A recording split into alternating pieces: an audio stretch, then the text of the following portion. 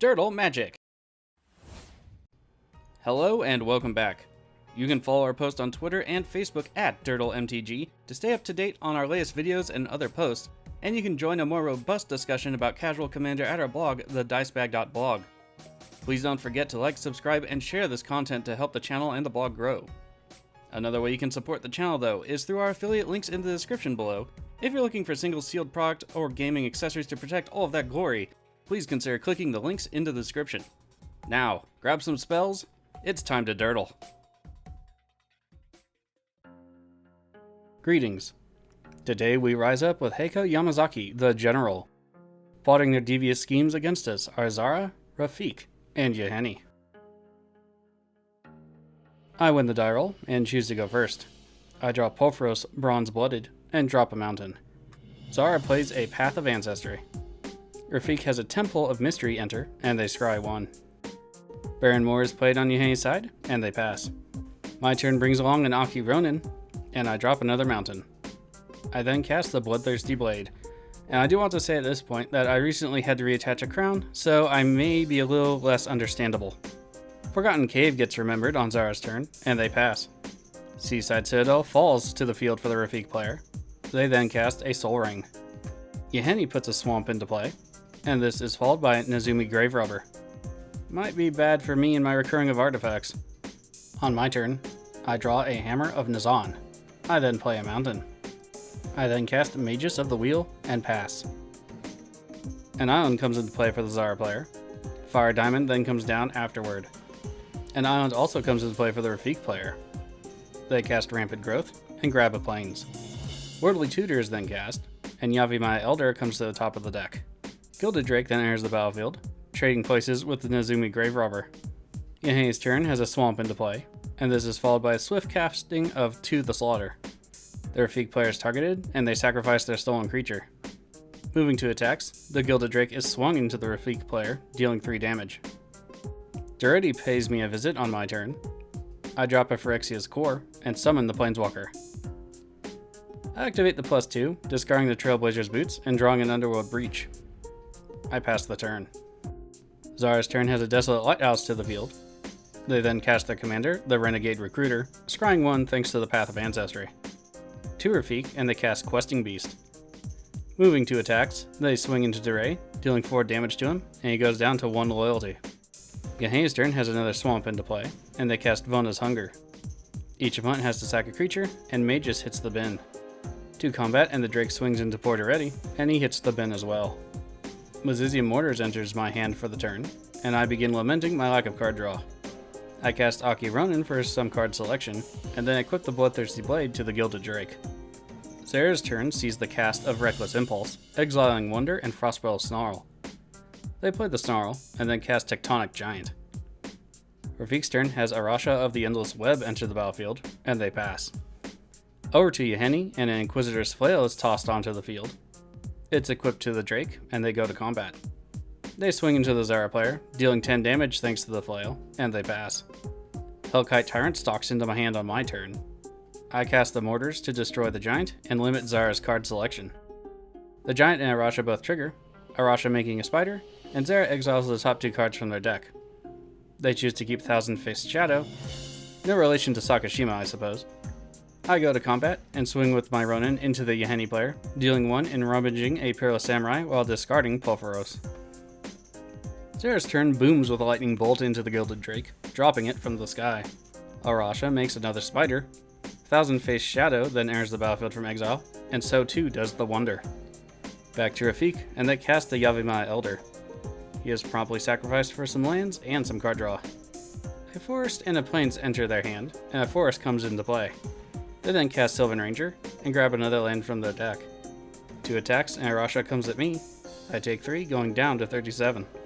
Moving to Yahenni, their commander, the Undying Partisan, is cast. They move to combat, and since Yahenni has haste, swings into me for 3 commander. I drop to 34, and go up to 3 commander damage. I draw a Blasphemous Act on my turn.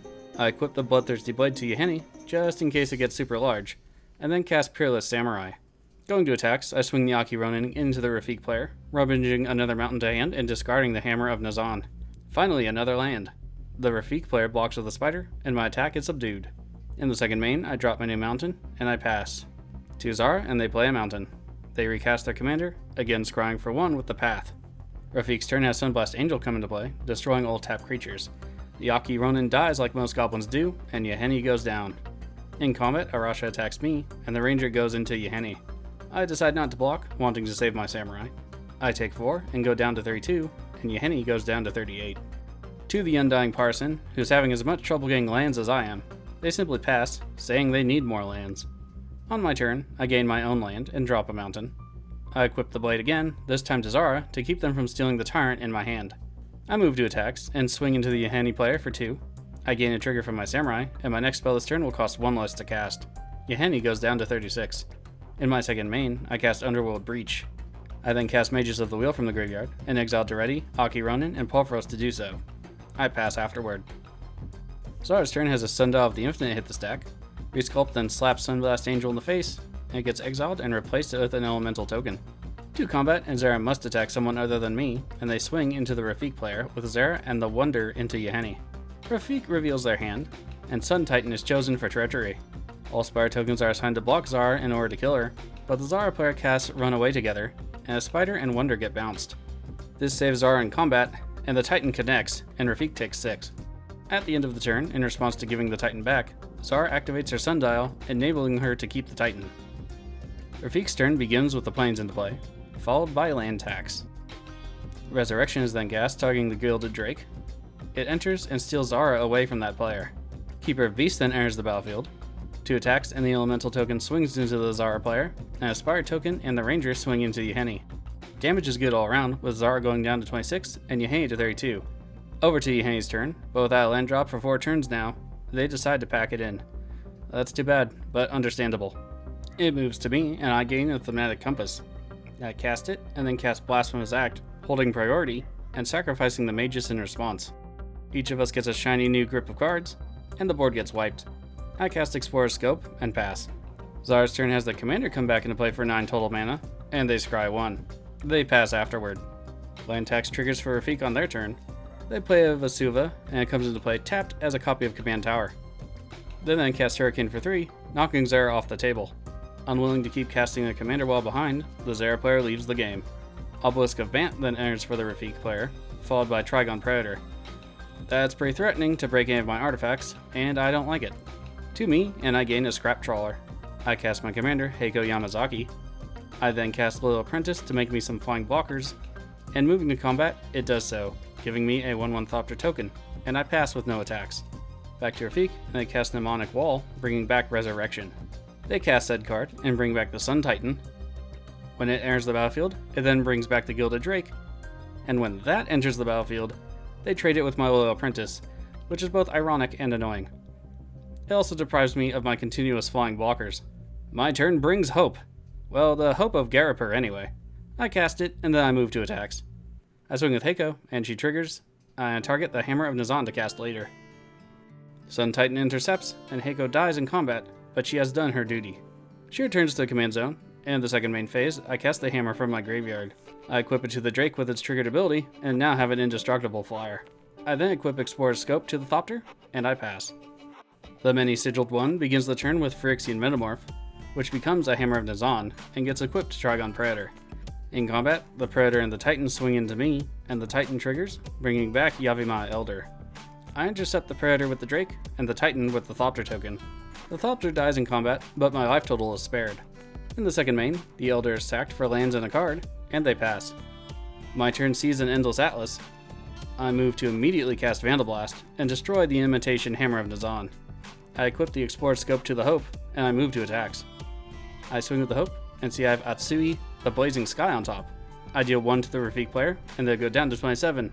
In the second main, I cast Goblin Engineer, and when it enters, I put a Ratchet Bomb into my graveyard from my deck. I then cast Endless Atlas, and pass. An island is put into play for the Rafiq player. Their commander, Rafiq of the May, is then cast, and he boldly marches onto the battlefield. 2 combat and the Titan attacks, triggering Rafiq and giving it double strike and 1/1 because of Exalted. They also recur the Sylvan Ranger to the field, with the Titan trigger, gaining another land. I intercept with the Drake, and they bounce off each other in combat. In the second main, Chilane, Teller of Tales comes into play, and I become extremely worried about the value it can generate. My turn brings me Godo, Bandit Warlord.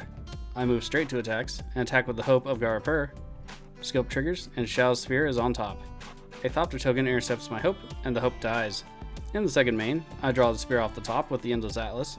I activate the Goblin Engineer, and switch the now useless Bloodthirsty Blade with the Hope from the graveyard, keeping up more flying defense. I use my remaining lands to grab another mountain from my deck with the Compass and play it. I cast Shadow Spear, and I get to auto-equip it to the Drake thanks to the hammer.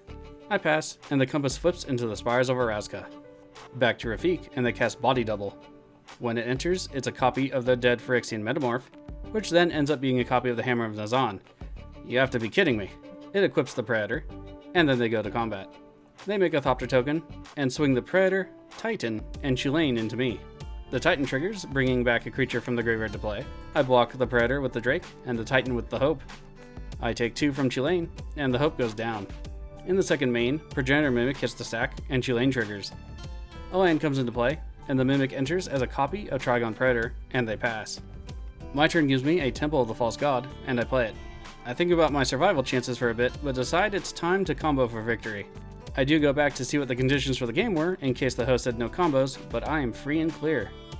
I cast Godo, Bandit Warlord, and when it enters, I retrieve Helm of the Host. When it comes into play, Hammer of Nazan triggers, and I equip it straight to Godo. I proceed to combat, and the combo ensues. I slowly add ways to get around their defenses, including Sword of Hearth and Home and Commander's Plate thanks to other Godo triggers, and the opponent asks if this is an infinite, and I reply that it is. They concede the game. Good game to my opponents. Both Heiko and Norika Yamazaki seem to be interesting build-around commanders that want to go Tron, but I've found them to be more useful as a support kind of commander instead of always leading the charge. It really can work either way. I think both are fairly well designed for uncommon legends. Thanks for watching some casual commander gameplay here on Dirtle Magic. Until next time, stay safe out there.